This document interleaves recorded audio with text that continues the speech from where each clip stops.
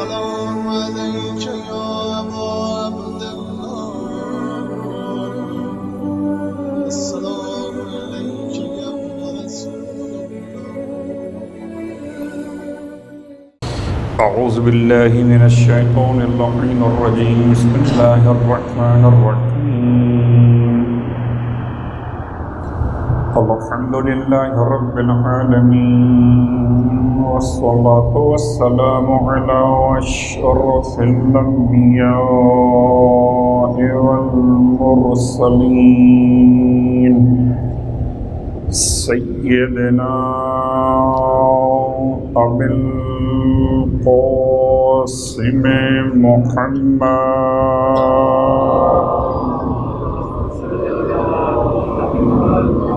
وعلى أهل بيته الطيبين الطاهرين واللعنة الدائمة على أعدائهم أجمعين أما بعد فقد قال الله تبارك وتعالى في كلامه الحميد وفرقانه المجيد قوله الحق وهو أصدق القائلين بسم الله الرحمن الرحيم والذين آمنوا وعملوا الصالحات في روضات الجنات لهم ما يشاءون عند ربهم ذلك الفضل الكبير ذلك الذي يبشر الله عباده الذين آمنوا وعملوا الصالحات قل لا أسألكم عليه أجرا إلا المودة في القربى ومن يقترف حسنة نزد له فيها حسنا إن الله غفور شكور صلوات اللہ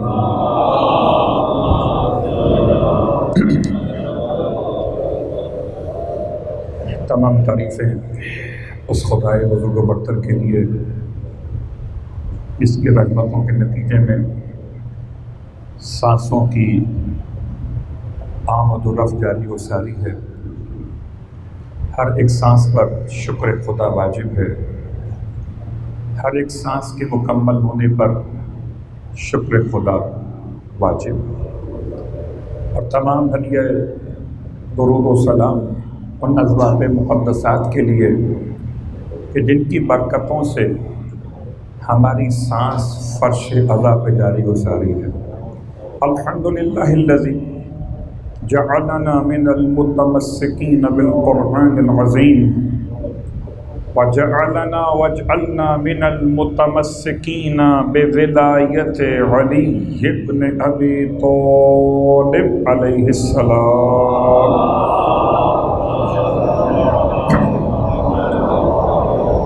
عظم اللہ اجورنا واجورکم بمصحبنا بالحسین علیہ السلام وجعلنا وإياكم إن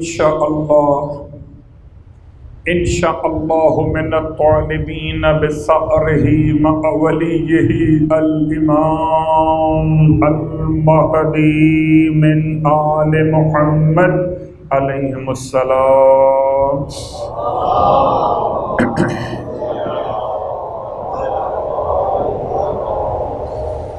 شکر خداوند تبارک و تعالی وقت نزول رحمت ہے اور ذکر فرزند رحمت للعالمین ہے۔ فرش ادا پر دولت یقین کے ساتھ سید الشہداء کی محبت لیے ہوئے خدا آپ سب کو سلامتی عطا فرمائے، خدا آپ سب کی مشکلات کو دور فرمائے، خدا آپ کو کوئی غم کبھی نہ دے سوائے غم آل رسول کے۔ اس محبت کے ساتھ آپ کی خدمت مقدس میں ایک طالب علم کی حیثیت لیے ہوئے کل دو آیتوں کے سہارے سے ذکر سرکار سید الشہداء کرنا چاہا تھا، اور اسی اپنی صحیح اور کوشش کو آج مزید آگے بڑھاؤں گا۔ سورہ مبارکہ شورا، اس کا دوسرا نام سورہ حامیم عین سین قاف بھی ہے۔ آیت نمبر 22 کا آخری حصہ اور آیت نمبر 23 مکمل تلاوت کی گئی۔ صاحبان علم و ادب اس آیت کو آیت مودت کے نام سے بھی پہچانتے ہیں،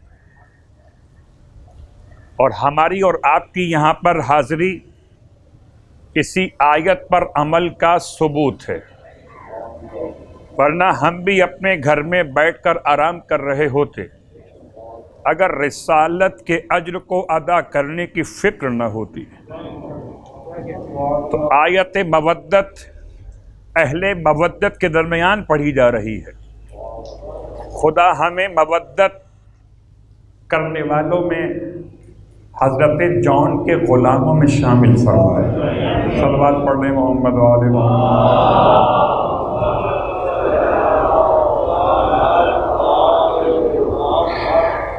معزز سامعین گرامی قدر جو کل تشریف نہیں لا سکے تھے، ان کے لیے ان دو آیتوں کا ترجمہ بطور ثواب دوبارہ پیش کر رہا ہوں۔ والذین آمنوا وعملوا الصالحات، فرش ادا پر آنے کے بعد ہر ایک مومن ان دونوں الفاظ کے معنی خوب پہچانتا ہے۔ آمنوا وعملوا الصالحات، ایمان لانے والے اور عمل صالح انجام دینے والے۔ فی روضات الجنات، اور وہ جنتوں کے باغات میں رہیں گے۔ لہم ما یشاءون عند ربہم، اور ان کے لیے خدا نے قرار دے دیا کہ جو چاہیں گے اپنے رب کے پاس وہ انہیں مل جائے گا۔ ذالک الفضل الکبیر، اور یہ تو خدا کی طرف سے بڑا ہی فضل ہے کہ جو چاہیں گے مل جائے گا۔ اس کے بعد آیت نمبر 23،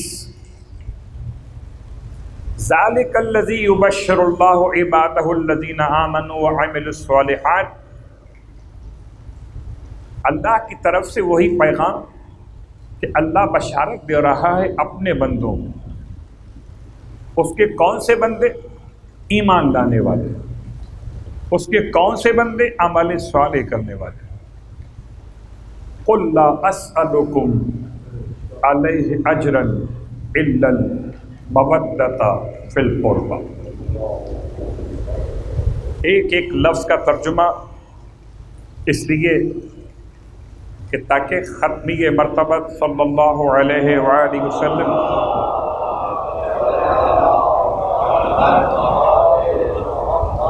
زبان مقدس سے جو الفاظ ہم تک پہنچے اس میں لفظ قل بھی شامل ہے۔ ویسے تو آپ سب اس لفظ سے بخوبی واقف ہیں، کسی اور سورے میں یاد ہو کہ نہ ہو مگر چاروں قل، اور چاروں قل میں سب سے مشکل سورہ کافرون، شاید کہ تکرار آیت کی وجہ سے، اور سب سے آسان سورہ اخلاص، یعنی سورہ مولائے کائنات علی ابن ابی طالب علیہ السلام۔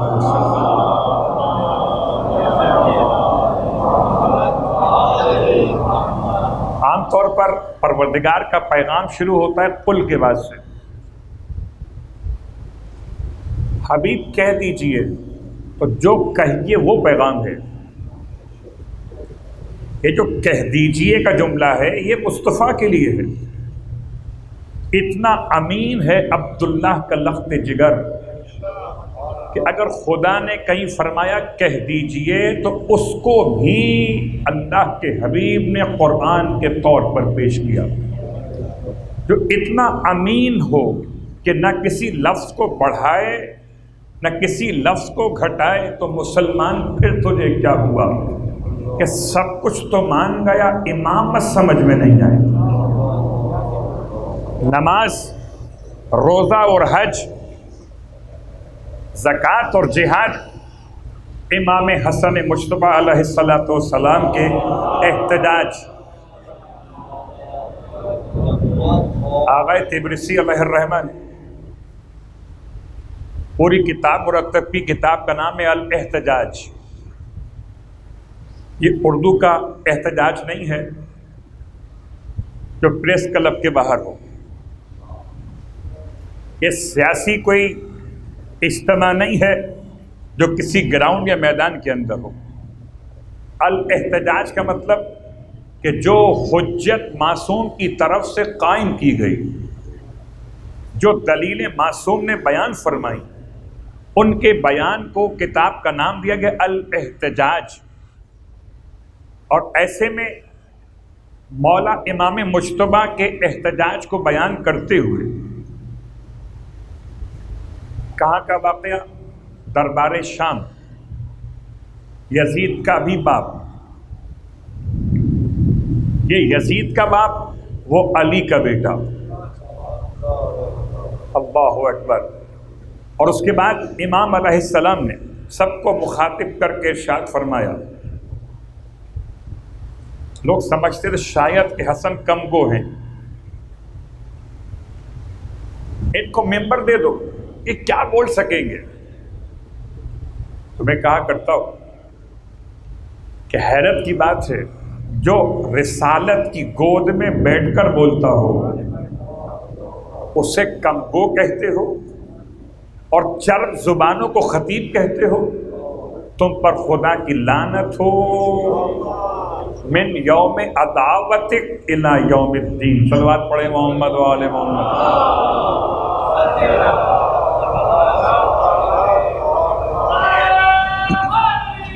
یا علی. امام ارشاد فرماتے ہیں جب امام کو منبر پر آنے کے لیے کہا گیا تو گرچہ خیال تو یہ تھا کہ بول نہیں پائیں گے، حالانکہ اللہ کے رسول کے زمانے میں ایسے بولتے تھے کہ اللہ کے حبیب نے ارشاد فرمایا میرا ٹکڑا تم سے بات کرے گا. جو رسالت کا ٹکڑا ہو وہ اتنا ہی بولے گا. جو سمجھیے کہ خاموش رہے تو قرآن ہیں اور بولنے لگے تو آل محمد ہیں. علم کے دو ہی تو معیار ہیں. امام نے ارشاد فرمایا ایھا الناس، لوگوں، اللہ تم سے مخاطب اور تم اللہ کی بارگاہ میں عبادت کے لیے آمادہ. اللہ نے تم سے کہا نماز قائم کرو. تم نماز قائم کرنا چاہتے تھے تو نماز کیسے قائم کرتے؟ رخ کہاں کرتے؟ کھڑے کیسے ہوتے؟ رکوع کیسے کرتے؟ سجدے میں کتنے اعضاء زمین پر لگاتے؟ تمہیں کچھ سمجھ میں نہیں آتا کہ خدا نماز طلب کرتا ہے، نماز کہتے کسے ہیں؟ میرے جد نے تمہیں نماز سکھائی. قیام کیا تم نے قیام سیکھا، رکوع کیا تم نے رکوع سیکھا، سجدے کیے تم نے سجدے سیکھے. جیسے جیسے تم میرے جد کی اتباع کرتے رہے، اتباع محمد کی ہوتی رہی، نماز خدا کی ہوتی رہی. جس کی اتباع خدا کی عبادت قرار پائے اس کے بھائی کے چہرے پر نگاہ کرنا کیوں نہ عبادت قرار پائے.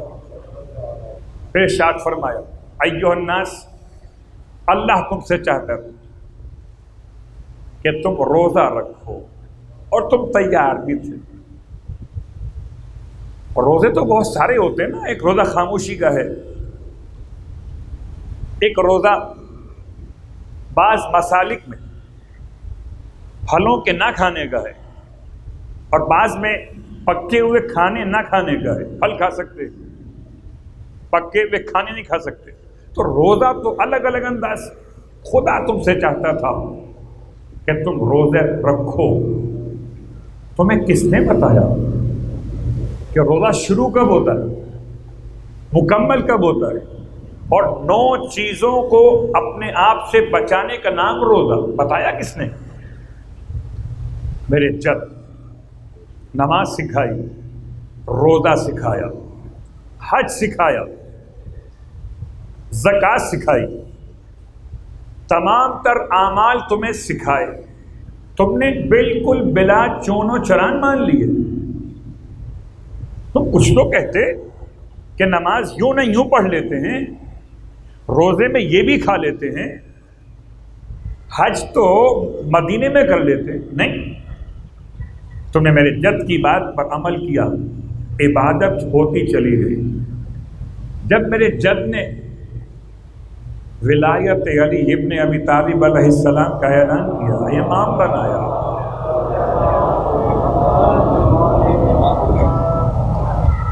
عجیب بات ہے. آج سارے مسلمان 73 فرقے ہوں یا اس سے زیادہ یا اس سے کم،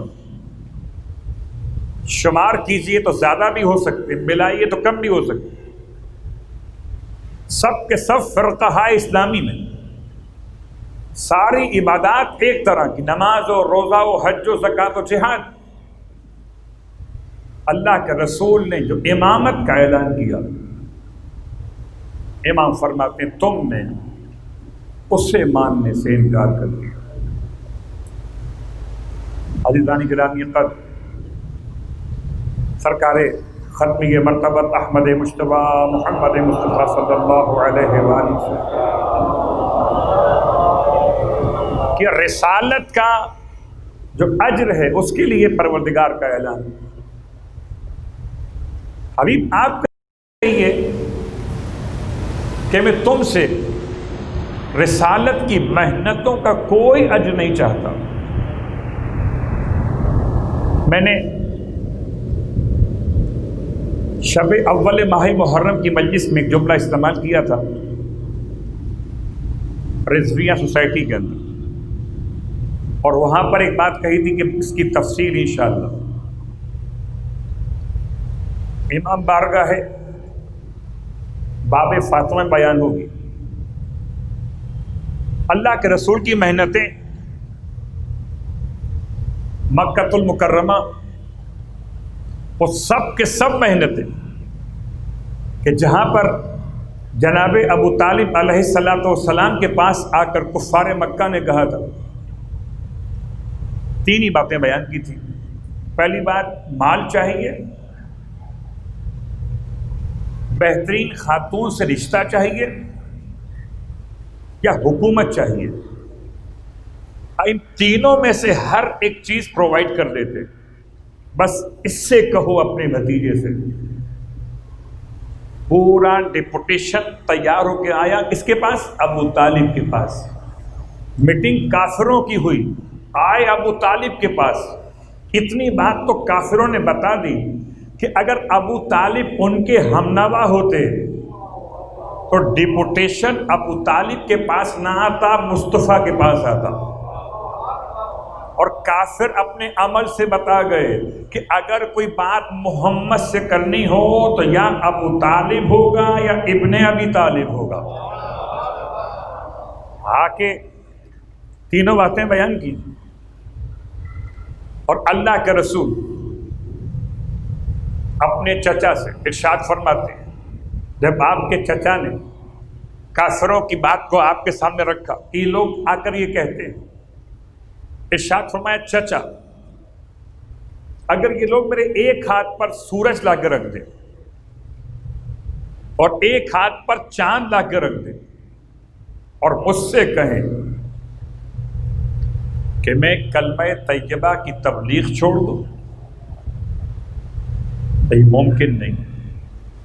سورج اور چاند دونوں ہاتھ پہ لا کر رکھ دیں، کیا حکومت، کیا عورت، کیا دولت، سورج بھی لے کر آ جائے، چاند بھی لے کر آ جائے تو تا قیامت تک کے لیے پیغمبر نے اپنی تبلیغ کی کیفیت کو سمجھا دیا کہ اگر کوئی اتنا طاقتور بھی ہو کہ سورج بھی لے کے آ جائے، چاند بھی لے کر آ جائے، تب بھی مصطفیٰ اپنے کلمہ طیبہ سے پیچھے نہیں ہٹنے والے.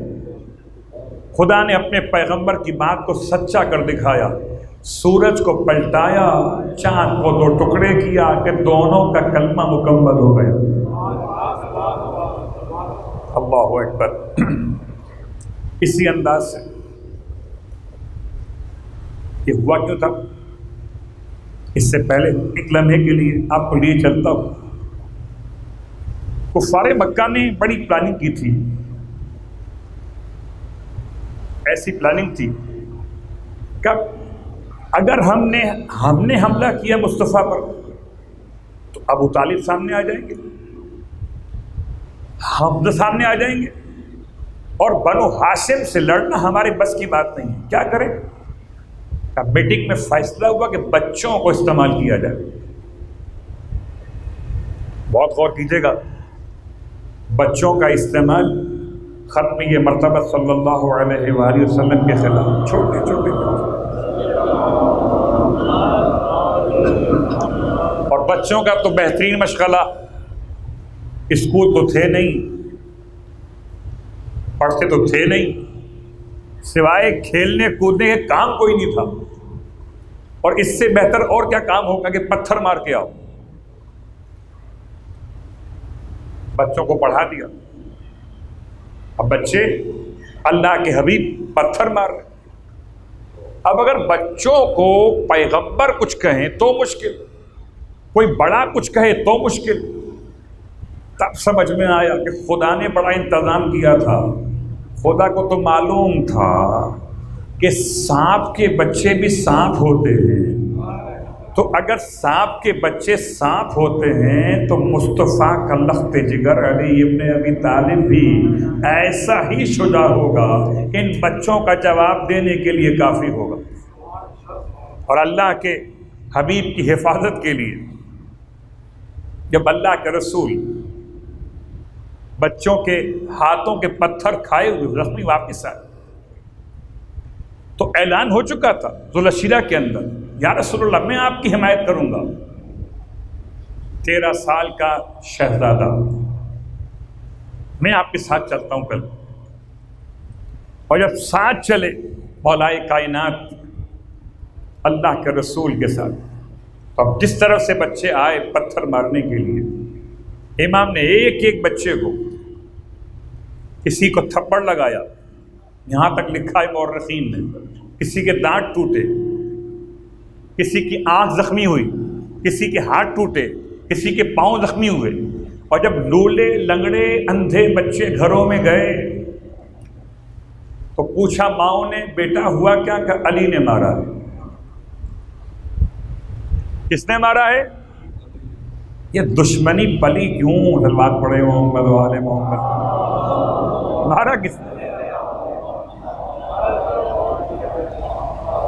اور آپ کو تو اندازہ ہے عورت کا کام کیا؟ کوسنا۔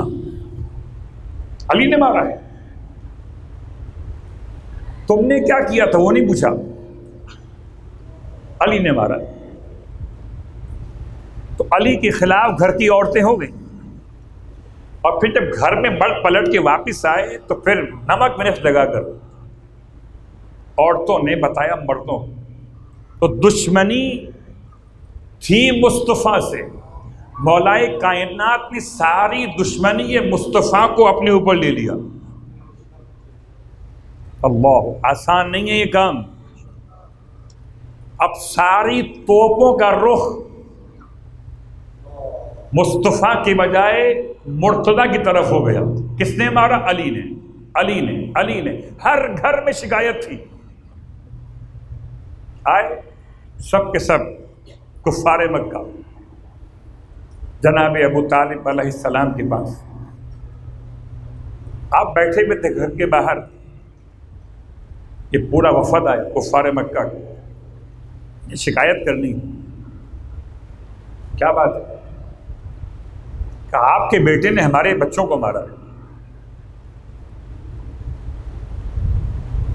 ارشاد فرمایا تو ٹھیک ہے، تم اپنے بچوں سے کہو کہ مصطفیٰ کو پتھر مارنا چھوڑ دے۔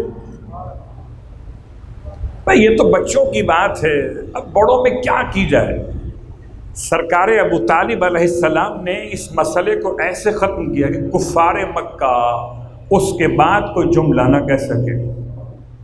اللہ کا حبیب اس شان سے مکے میں تبلیغ کرتا رہا کہ ابو طالب علیہ السلام پہ فرزند ابو طالب علیہ السلام محافظ رسالت بنے۔ اب رسالت کے اجر کا وقت آیا مدینہ منورہ۔ میں نے کل آپ کی خدمت میں بات بیان کی تھی کہ اس کا پس منظر جب لوگ آئے آپ کی خدمت میں کہ آپ نے بڑی محنت کی ہے، ہمیں سیدھا کر دیا، انسان بنا دیا، ہم چور تھے، ڈاکو تھے، ہمیں باعزت بنا دیا، ہم چاہتے ہیں آپ کی خدمت کریں، یہ درہم، یہ دینار، یہ دولت آپ کے لیے۔ وہ ختمیہ مرتبت کے پاس 2 مرتبہ دولت چل کے آئی۔ ایک مرتبہ اس نام سے کہ آپ پیغام روک دیں، اور ایک مرتبہ اس نام سے کہ آپ کے پیغام کا شکریہ قبول کر لیجیے۔ اللہ کے رسول وما ينطق عن الهوى خاموش رہے، کچھ نہیں بولا۔ آیت نازل ہوئی قل، اور قرآن مجید میں 4 مقامات ہیں کہ جہاں پر اس طرح کی آیتوں کو پیغمبر پر نازل کیا گیا۔ سورہ شورى، سورہ سبا، سورہ انعام، سورہ فرقان، 4 مقامات پر۔ قل لا اسألکم علیہ اجرا الا المودۃ فی القربى، حبیب آپ کہیے کہ میں تم سے سوائے قربا کی مودت کے اور کچھ نہیں چاہتا، کوئی سوال نہیں کرتا۔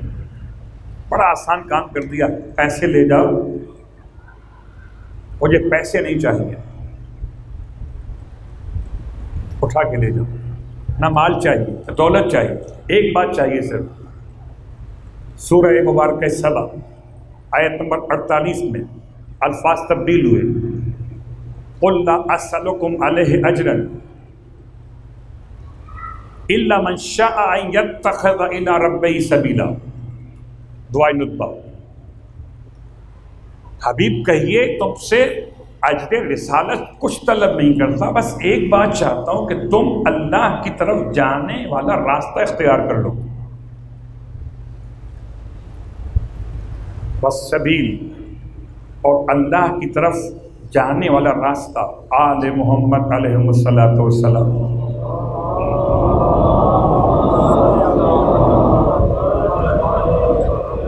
سورہ انعام کے اعتبار سے کہ جو تم سے اجر طلب کیا فَهُوَ لَكُمْ، وہ تمہارے لیے ہے۔ سورہ فرقان کے اعتبار سے ذکر للعالمین، تو 3 مقامات پر اس اجر رسالت کی وضاحت میں اللہ کے رسول پر آیت مکمل ہوئی۔ ذکر خدا، مودت قربا، تمہارا فائدہ اور اللہ کا راستہ، چاروں کو جمع کر دیا کہ اگر چاہتے ہو کہ آل محمد کے ذریعے خدا تک پہنچو تو یاد رکھو آل محمد کی مودت آل محمد کے لیے نہیں ہے، وہ تو بے نیاز ہیں، یہ تمہارے فائدے کے لیے ہے، کہ تمہیں خدا تک پہنچائے گا۔ علی ابن ابی طالب تمہیں خدا تک پہنچائے گا، حسن مجتبیٰ تمہیں خدا تک پہنچائے گا، حسین شہید کربلا، اگر تم چاہتے ہو۔ اجر رسالت کے نام سے اللہ کے رسول جو تحفہ عطا کیا، سرکار ختمی مرتبہ احمد مجتبیٰ محمد مصطفیٰ صلی اللہ علیہ وسلم، لفظ مودت پر اللہ کے رسول کی بارگاہ سے روایت سعید بن جبیر سے روایت کو نقل کیا گیا۔ احمد بن حنبل اس روایت کو اپنے یہاں بھی لکھتے کہ جب یہ آیت نازل ہوئی تب پوچھا گیا یا رسول اللہ وما قرابتک الذین افترض اللہ علینا طاعتہ، وہ کون سے لوگ ہیں جن کی مودت کو ہم پر فرض کیا گیا؟ فرمایا ہم فاطمہ و علی و ولدہما، یہ فاطمہ ہیں، علی ہیں اور ان کی اولاد ہے کہ جن کی مودت کو تم پر واجب کیا گیا۔ جب اللہ کے رسول بات کو کھول کے بیان کر دیا، اب لوگوں نے اس میں اپنے اپنے اندازے بیان کرنا شروع کیے۔ غور کیجئے، آج آیت کی وضاحت میں یہاں تک پہنچے، اب لفظ محبت اور مودت کے فرق کو مکمل کر دیا۔ سارا مسئلہ محبت کا اور محبت کے لیے امام سید سجاد علیہ السلام کو جملے سے آغاز کر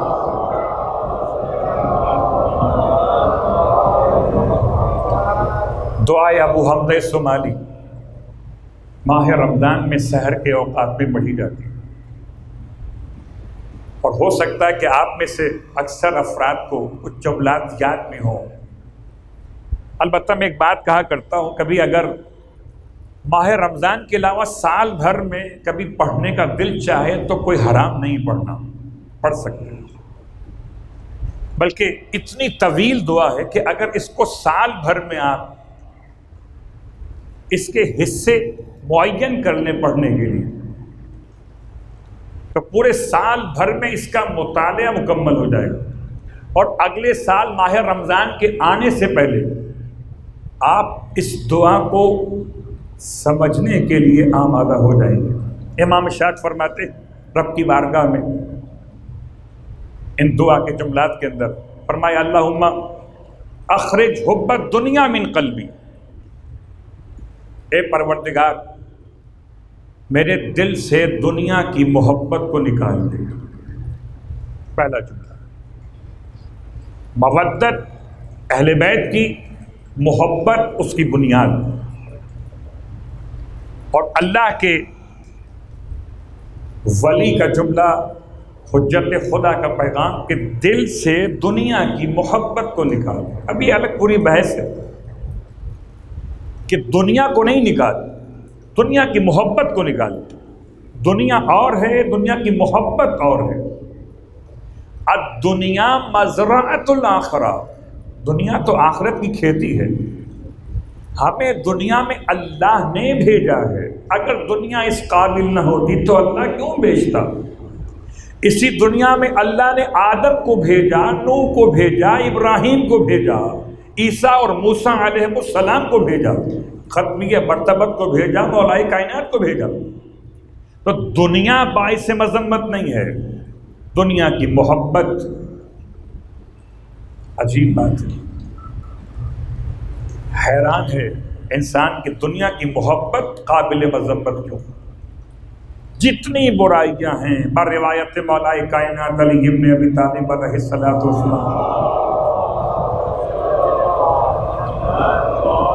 ارشاد فرماتے ہیں مولا، حب دنیا راس کل خطیئت، دنیا کی محبت ساری خرابیوں کی جڑ ہے۔ اس کو سمجھانے کے لیے ایک چھوٹی سی مثال آپ کی خدمت میں۔ ایک مرتبہ اللہ کے رسول نے 300 دینار مولا کائنات کو دیے، سب کے سامنے 300 دینار دی، اور ارشاد فرمایا، یا علی یہ 300 دینار آپ نے بہترین مقام پر انفاق کرنے ہیں۔ اب دیے مصطفیٰ نے، لیے مرتضیٰ نے، درمیان کے لوگ پریشان تھے کہ دیکھیں علی خرچ کہاں کرتے۔ لوگ ہمارے اور آپ کے اعمال کی ٹوہ لیتے ہیں تو ہم اور آپ ہیں مولا کائنات کے اعمال کی ٹوہ لے رہے تھے، خرچ کہاں کرتے۔ امام نے 100 دینار ایک ایسی خاتون کو دیے کہ جو زنا کی برائی سے مشہور تھی، لوگوں کو موقع مل گیا۔ ایک اچھا، یہ 100 دینار یہ انفاق کیے گئے، دوسرے 100 دینار مولا نے دیے ایک ایسے شخص کو جو چوری کرتا تھا، لوگوں کو تو موقع مل گیا، اچھا یہ دیجئے 100 دینار ضائع کر دیے، چور کو دے دیے۔ اور تیسرے 100 دینار امام نے دیے ایک ایسے تاجر کو جو بڑا دولت مند تھا، غریب نہیں تھا، صاحب ثروت تھا، اس کو 100 دینار دے دی.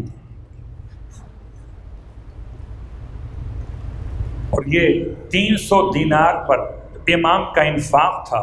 اصحاب میں سے بعض لوگ اللہ کے رسول کے پاس پہنچے شکایت لے کر، یا رسول اللہ آپ نے کس کے ہاتھ میں دے دیے؟ ہمیں دیے ہوتے صلوات پڑھے محمد والے.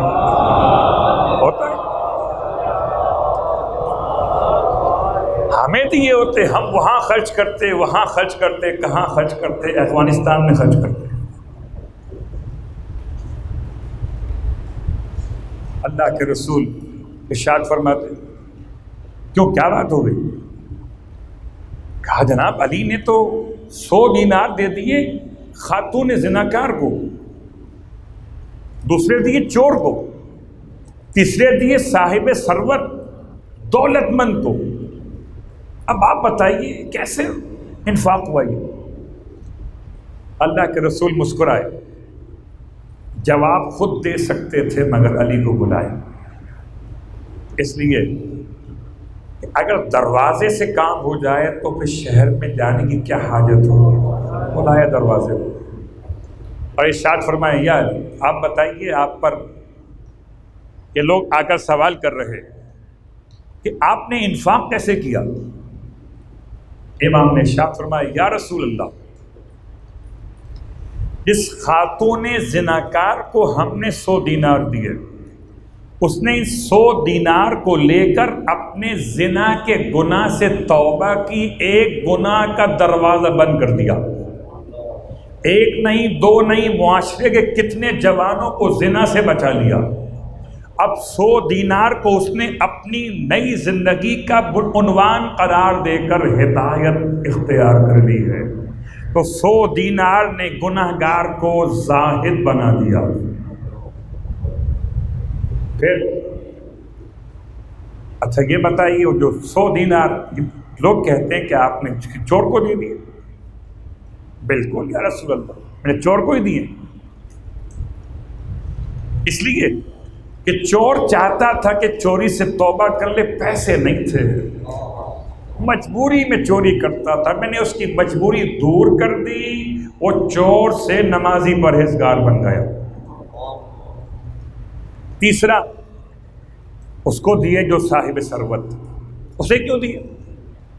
یا رسول اللہ وہ تھا تو صاحب ثروت مگر تھا بڑا کنجوس. جب 100 دینار اس کو دیے تو اس نے کنجوسی سے توبہ کر لی، سخی ہو گیا. پہلے زکوٰۃ کو دباتا تھا، اب زکوٰۃ دیتا ہے. اللہ اکبر. تو اگر دنیا کی محبت ہو تو گناہ، دنیا کی محبت ہو تو چوری، دنیا کی محبت ہو تو مال سے محبت. اور میں جملہ یوں پلٹ دوں، جس سے علی کے ہاتھ سے مل جائے اس کی دنیا بدل جاتی ہے. مسلمان تو نے بھی قرآن لے لیا ہوتا دنیا بدل جاتی. صلوات پڑھے محمد والے محمد.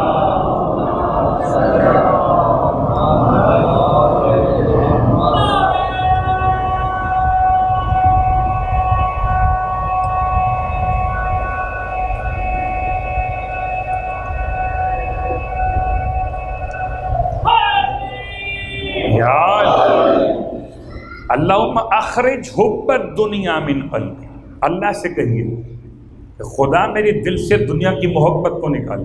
دنیا کو نہیں، دنیا استعمال کے لیے ہے، دنیا بنی مومن کے لیے ہے. اور اس دنیا کی محبت، عجیب بات ہے، مولا کائنات دنیا کو طلاق دی. 1 دفعہ نہیں، 2 دفعہ نہیں، 3 دفعہ. کہ 3 دفعہ طلاق دینے کے بعد تو حق کے رجوع ختم ہو جاتا ہے. اور طلاق دینے کے بعد کیا امام نے دنیا چھوڑ دی؟ کیا دنیا میں رہتے نہیں تھے مولا؟ رہتے تھے. کیا کھاتے نہیں تھے؟ کھاتے بھی تھے.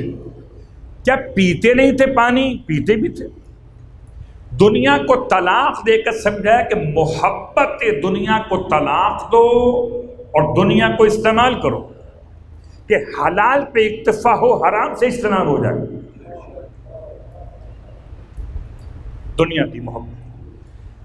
اور پھر جملہ تو بڑا آسان ہے، جب دل خالی ہوگا دنیا کی محبت سے تو پھر آل محمد کی محبت آئے گی.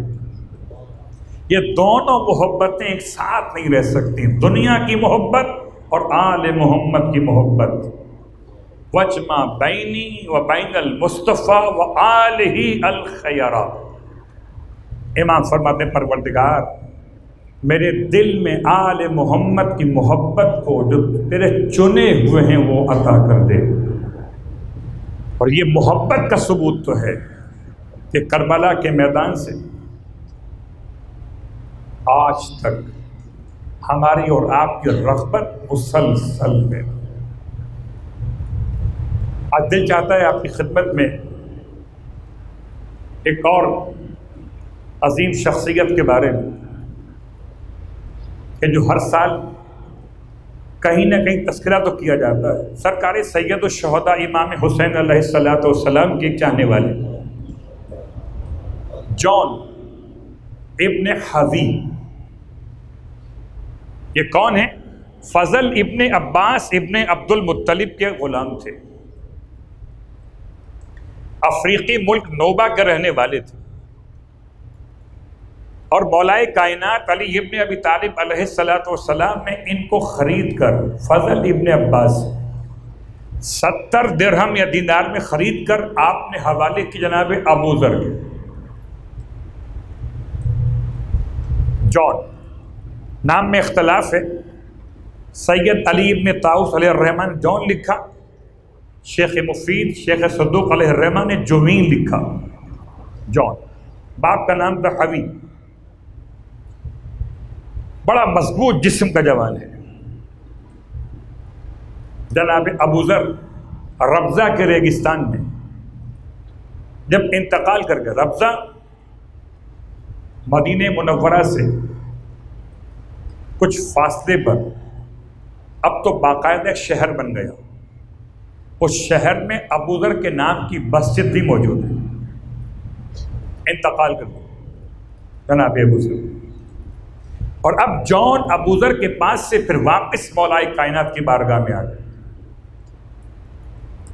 یہاں تک کہ مولائے کائنات سے مولا مجتبیٰ کی خدمت میں آئے اور وہاں سے سرکار سید الشہداء کی بارگاہ میں آئے. یہ بالکل سیاہ رنگ کے تھے. کبھی کبھی ایسا ہوتا ہے کہ انسان کو اپنے رنگ پہ بڑا ناز ہوتا ہے. حالانکہ مولائے کائنات علی ابن ابی طالب علیہ السلام ارشاد فرماتے ہیں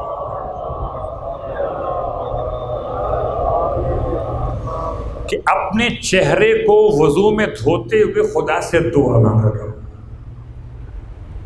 اللہم بیض وجہی، اے خدا میرے چہرے کو روشن کر دے. ورنہ اسکن جلد کا رنگ کیا حیثیت رکھتا ہے؟ کالا ہو کہ سفید ہو، جلد تو جلد ہے، اصلاً تو کردار چاہیے. یہ اپنے مقام پر کہ اللہ کے حبیب از راہ مزاح فرما رہے تھے. جب ایک خاتون ضعیفہ نے آ کر پیغمبر کی بارگاہ میں اس سوال کہ یا رسول اللہ کیا میں جنت میں جا سکوں گی؟ اتنی بوڑھی ہو گئی ہوں، شاید سمجھ رہی ہوں گی کہ جنت میں چل کے جانا پڑے گا، اتنی ضعیفی میں کیسے وہاں تک پہنچوں گی؟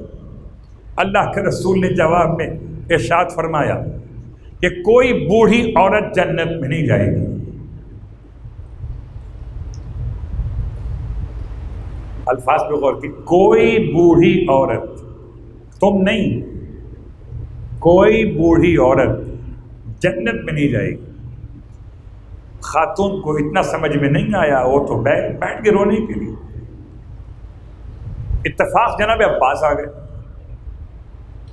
رسول خدا کے چچا. پوچھا ضعیفہ سے کیوں روتی ہے؟ کہا اللہ کے حبیب فرماتے ہیں بوڑھی عورت جنت میں نہیں جائے گی. عباس رسول خدا کی بارگاہ میں، یا رسول اللہ کیا آپ نے یہ فرما دیا؟ فرمایا چچا آپ کس خیال میں کوئی بوڑھا مرد بھی جنت میں نہیں جائے گا۔ اب یہ تو وکیل بن کر آئے تھے، خود ہونے کے لیے بیٹھ گئے۔ ابھی دونوں گریہ کر رہے تھے کہ وہاں سے بلال حبشی بھی آ۔ پوچھا گریہ کس لیے؟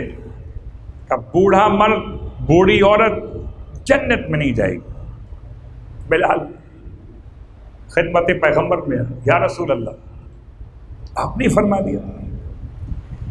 ارشاد میں بلال کوئی کالا شخص بھی جنت میں نہیں جائے گا۔ بلال کی آنکھوں سے آنسو بہنے لگے۔ اللہ کے حبیب مسکرائے اور تینوں کو جمع کیا، فرمایا میں نے یہ کب کہا کہ تم نہیں جاؤ گے؟ بوڑھی عورت جوان ہو کر جائے گی، بوڑھا مرد جوان ہو کر جائے گا، اور جو دنیا میں سیاہ رنگ کا وہ سفید رنگ کا ہو کر جائے گا۔ اور اسی لیے مولائے کائنات علی ابن ابی طالب علیہ السلام کے شیعوں کے لیے دعائے نطبہ کے جملات ہیں، یا علی آپ کے شیعہ نور کے منبروں پر میرے ارد گرد میرے ہمسایہ ہوں گے چمکتے ہوئے چہروں کے ساتھ۔ اللہ، کل کی بات یاد ہے نا کہ بستر سے انسان اٹھے تو چہرہ فریش نہیں ہوتا۔ سورہ شورا پڑھنے والا قیامت کے میدان میں ایسے محشور ہوگا کہ جیسے 14ویں رات کا چاند نکل آیا ہو۔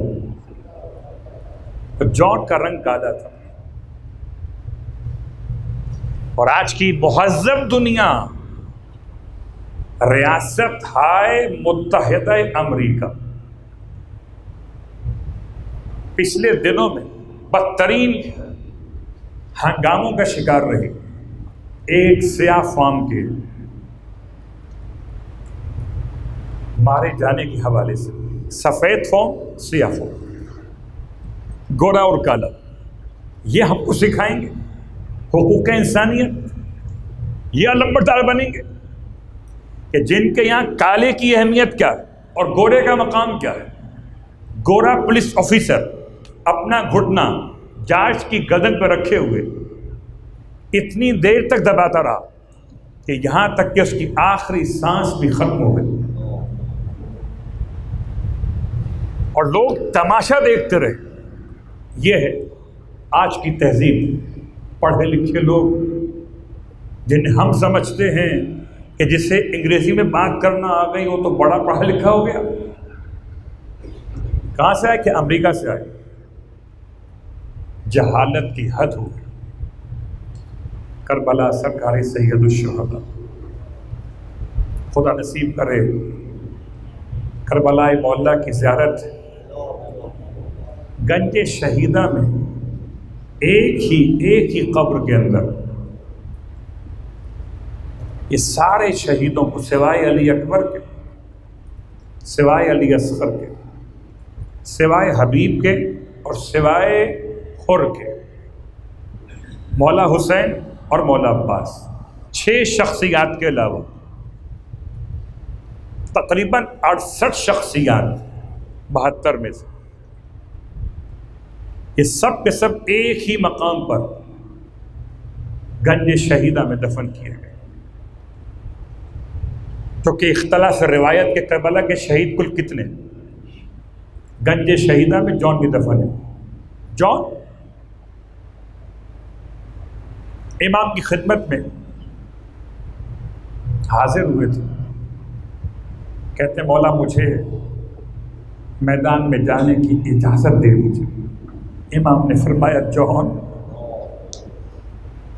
تم اس لیے میرے ساتھ آئے تھے کہ تمہارا یہ آخری حصہ عمر کا آسانی کے ساتھ گزر جائے گا۔ بڑھاپا تھا جون کا، لکھا ہے مورخین نے، جون اپنی بوڑھی ہڈیوں کو کیوں ڈالنا چاہتے ہو تیروں کے سامنے، تلواروں کے سامنے؟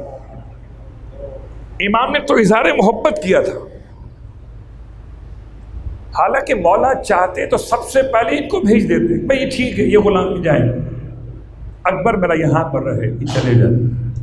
اللہ اکبر، بہت بہت سارے مقاتل نے شہزادے علی اکبر کو کربلا کا پہلا شہید لکھا. اللہ اکبر.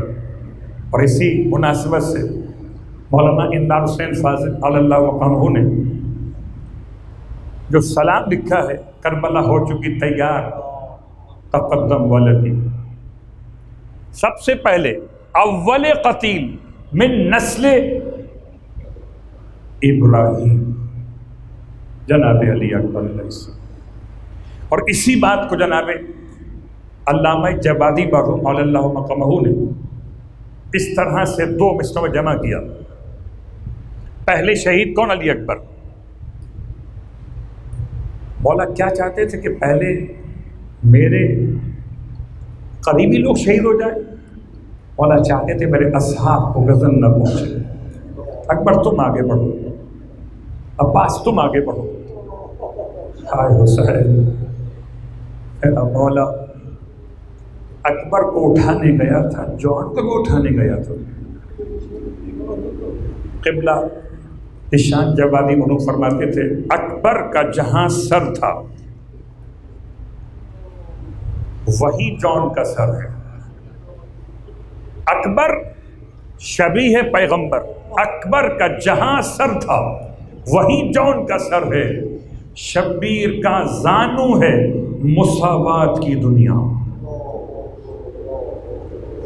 یہ ہے انسانیت، یہ ہے کالے اور گورے کے فرق کے خاتمے کا اعلان. جہاں اکبر کا سر تھا وہی جون کا سر ہے. بلکہ ایک جملہ آپ کی خدمت میں اور، امام نے شہزادے علی اکبر کے رخسار پر اپنا رخسار ملا تھا. بالکل اسی انداز سے امام نے اپنا رخسار جون کے چہرے پہ ملا. اکبر سے کہتے تھے بنی علی الدنیا بعدک لفا. اے میرے پیارے بیٹے علی، تیرے بعد دنیا آنکھوں میں اندھیر ہو گئی. اور جون کے لیے فرماتے تھے اللہم بیض وجہہ طیب ریحہ واحشرہ مع الابرار وعرفہ بین وبین محمد وآل محمد. اے پروردگار ان کے چہرے کو روشن کر دے، جون کے وجود میں خوشبو سے معطر کر دے، اسے محشور کر دے ابرار کے ساتھ. پروردگار ہمارے آل محمد اس کے درمیان قیامت میں ایک جگہ پہ جمع کر دینا. امام کی 4 دعائیں ہیں جون کے لیے. رخسار پہ رخسار ملا. امام نے دعا دی ہے زخموں سے چور ہو کر گرا جون، امام لاش کو اٹھا کے لے آئے. کون روتا جون پر؟ جون کے قبیلے سے کوئی نہیں آیا تھا، جون کا کوئی رونے والا نہ تھا. جناب زینب نے ایسے گریہ کیا جناب جون پر. اس لیے بعض علماء بہت احترام کیا کرتے ہیں کہ خاص طور سے جون کو بڑا قلق تھا، مولا میرا رنگ سیاہ ہے، میرے پسینے سے بدبو آتی ہے، مولا میں جب تک اپنے نجس خون کو آپ کے پاکیزہ خون سے نہ ملا لوں چین سے نہیں بیٹھوں گا. جون کو بڑا قلق تھا، اسی لیے امام نے جون کے حق میں دعا مانگی. زینب نے ماتم کیا، اے جون تجھے زمانے کا امام زیارت نہیہ میں سلام کر رہا ہے. السلام علی جون ابن حبیب مولا ابی ذر. اے ابو ذر کے غلام جون، تجھ پر زمانے کے امام کا سلام. جون قیامت تک تجھ پر آل محمد کے چاہنے والے روتے رہیں گے اور کہیں گے فیا لیتنی کنت معک فافوز معک. اے جون کاش ہم آپ کے ساتھ ہوتے، عظیم کامیابی کو حاصل کر دیتے. بس میں اتنا کہوں گا جون دل چھوٹا نہ کرنا. ارے تجھے تو مولا نے اٹھا لیا مگر مولا کو اٹھانے والا کوئی نہ تھا. ہائے غربت حسین، آندیاں چلتی رہی، فریاد ہوتی رہی، نقاش میں نہ سپاہے نہ کثرت الناس، کوئی نہ تھا۔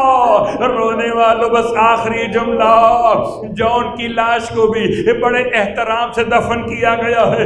کہتے ہیں محرم کی 12 تاریخ کو جب شہیدوں کے لاشیں اٹھائے جا رہے تھے تو بنی اسد کے زمینداروں نے آ کر کہا تھا مولا ویسے تو تمام لاشوں سے خوشبو نکل رہی ہے، مگر ایک سیاہ فام کی ایسی لاش ہے، اتنی خوشبو نکل رہی ہے لگتا ہے آسمان تک معطر ہو گیا۔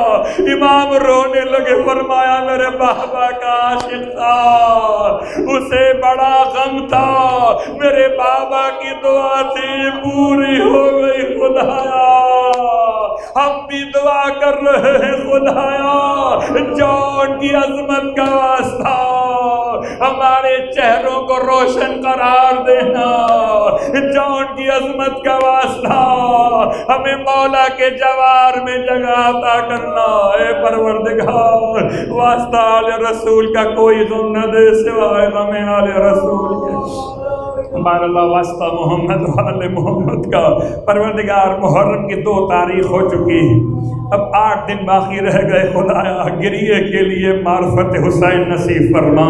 پروردگار واسطہ والے محمد کا ہمارے امام کو ہم سے راضی و خوشنود فرما۔ پر اللہ واسطہ محمد والے محمد کا کوئی غم نہ دے سوائے غم آل رسول کے۔ پر اللہ واسطہ محمد والے محمد کا امام زمانہ علیہ السلام کے ظہور میں تعجیل فرما، اور ہم سب کو امام علیہ السلام کے ادنیٰ ترین خدمت گزاروں میں شامل فرما۔ جو کربلا نہیں جا سکے ان کے حق میں دعا، سن تو رہے کہ انشاءاللہ حالات بہتر ہوں گے، 40 کھل جائے گا۔ پروردگار 40 ایسا کھلے کہ جو جانے والا نیت اور ارادہ کر لے اسے موقع نصیب ہو جائے، نہ مہنگائی رکاوٹ بنے، نہ راستے کی مشکلات راستہ روکے۔ پروردگار جون کی محبت کا واسطہ ہم سب کو زائران 40 قرار دینا۔ ربنا تقبل منا انک انت السمیع العلیم، بجائے محمد وآلہ المعصومین برحمتک یا ارحم الراحمین۔